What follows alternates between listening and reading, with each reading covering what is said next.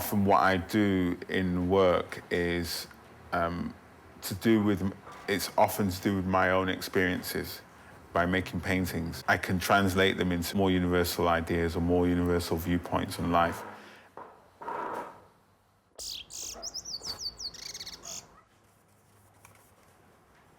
And that can sometimes then lean on established narratives from the Bible, folklore, myth, hearsay. One thing can lead to another.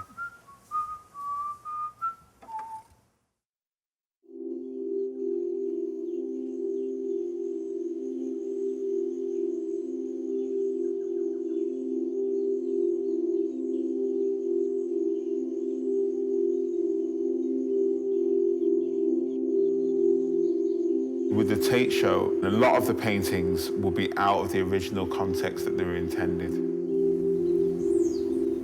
It's allowing the paintings to stand on their own and be individual worlds.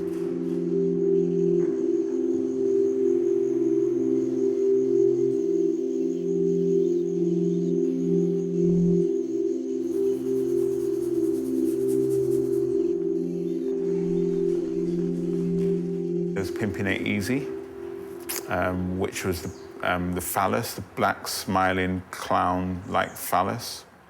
I was interested in the kind of symbol, in a way kind of joking around with the idea of the black male as this pimp and this kind of uber man.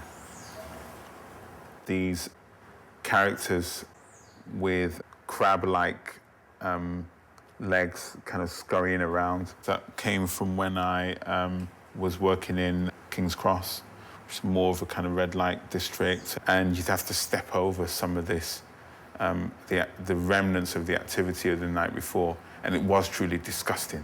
You know, it wasn't like something that you'd want to like put a magnifying glass to at all.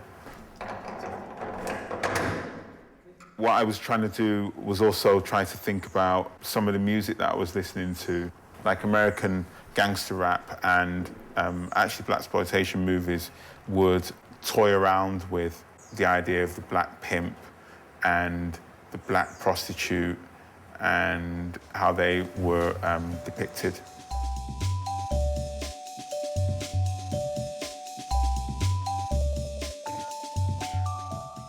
In the 90s, the music that was being made was just so progressive and just so experimental. They seemed as though they were working on the edge of their creative abilities.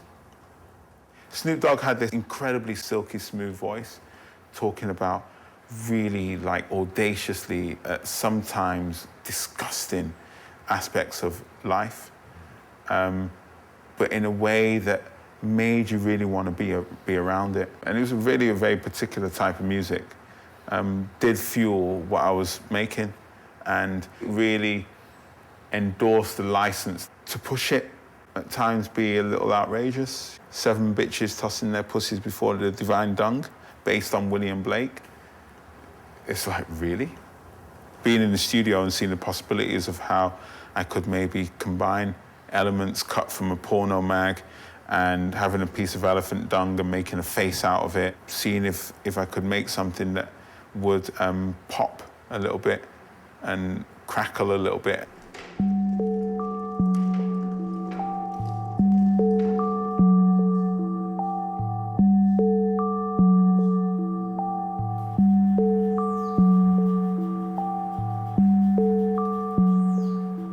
Growing up in the 70s and 80s and the activity of the radical right, the NF at that time, and people who associated themselves with the ideas of those political groups were still a threat to people's lives. It was, for me, very much part of British life and Black British life at the time.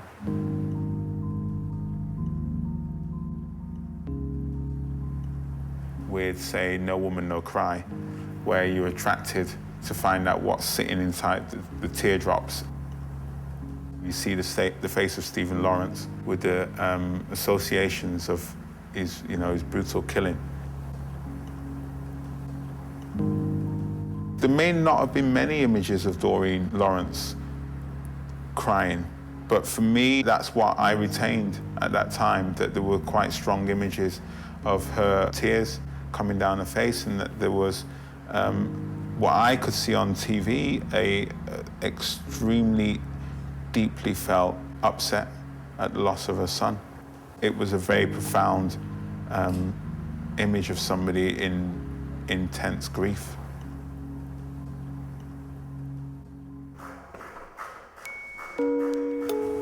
Somehow, through the exploration of race, you can get to a new place, a new form of understanding.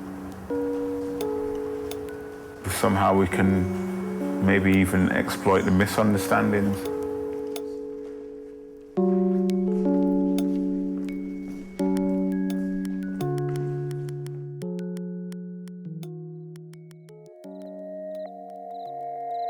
I'd come to the point, like, around the upper room, the work had become so crystallized and kind of locked in the way that the structures were coming together.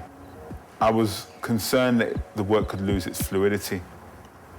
That feeling suggested that I really needed to open things out and almost kind of explode the crystal.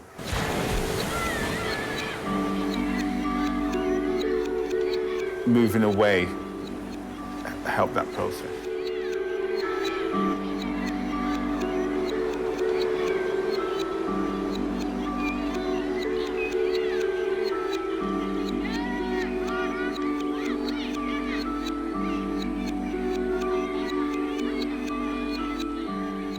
Ultimately, we, perhaps as human beings, need to feel that there's always something out there that's going to be better. I have been working here for 4.5 years.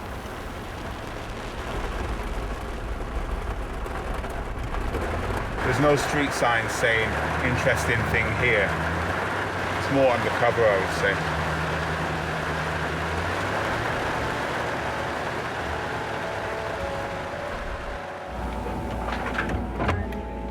Morning. The bird is sounding sweet. Oh God, it's a really, really sweet bird. I have one humble order, not that. We have to hear that. He does ball. Yeah. But I don't like it. I love it. I treat it how I treat my wife.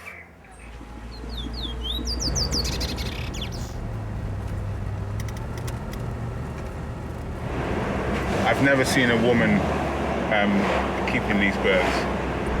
It's always men, because often they take the birds to work as well. And yeah, it's just something about it that I really find quite beautiful. I was hoping one day to try to make some work related to these guys. Birdman. Birdman.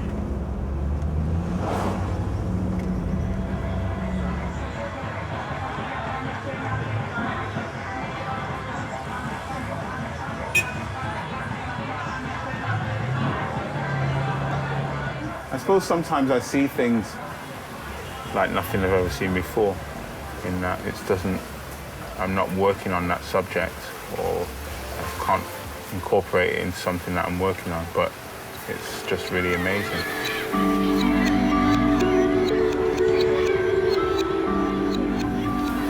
And sometimes it's just the atmosphere alone.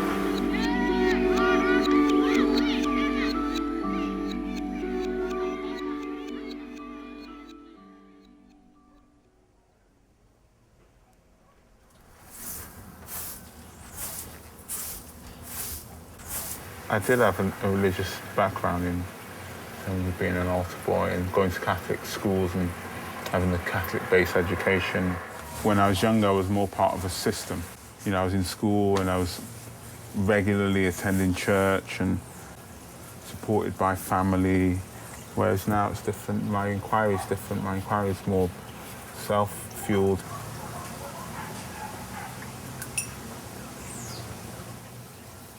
Because historically it's been dealt with in painting, it gives me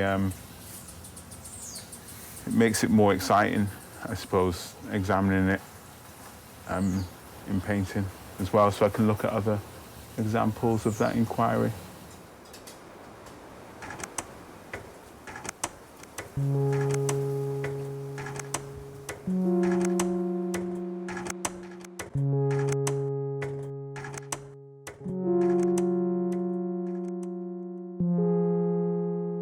I did a whole body of work on the betrayal of Jesus by Judas, which I touched upon in Iscariot Blues, where Judas is left hanging from a gibbet. But the figure on the right-hand side, the hanging figure, was not always there. It arrived there because there was that vertical blank space. It seemed to work visually, and it seemed to create a tension between the figures playing the instrument and the dead man.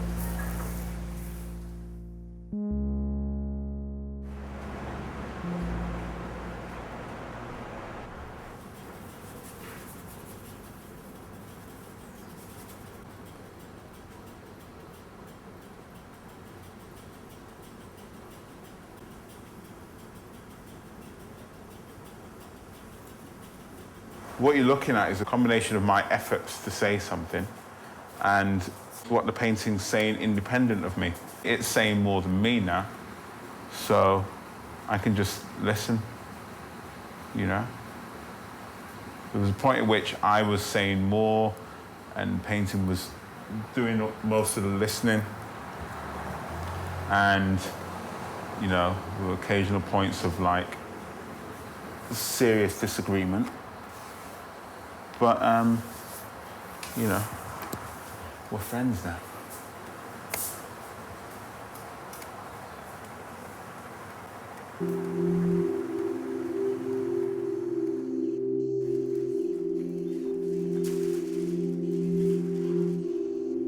I think in the past, I was working in quite a prescribed fashion of how I was distinguishing between what was beautiful and what was considered ugly, and how I could put the two together. I think now it's a bit different because I'm not making any clear distinctions between what's a beautiful passage of paint and what isn't. And so there's less for me to hang on to.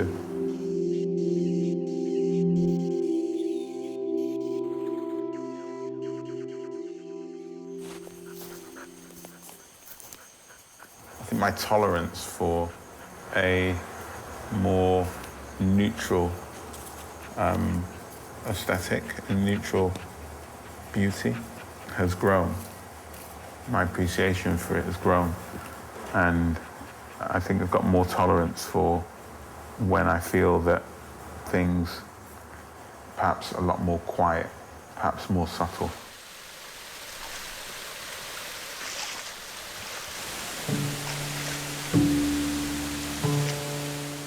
Yeah, if you're not too worried about things adding up or not, then it all starts to get more interesting.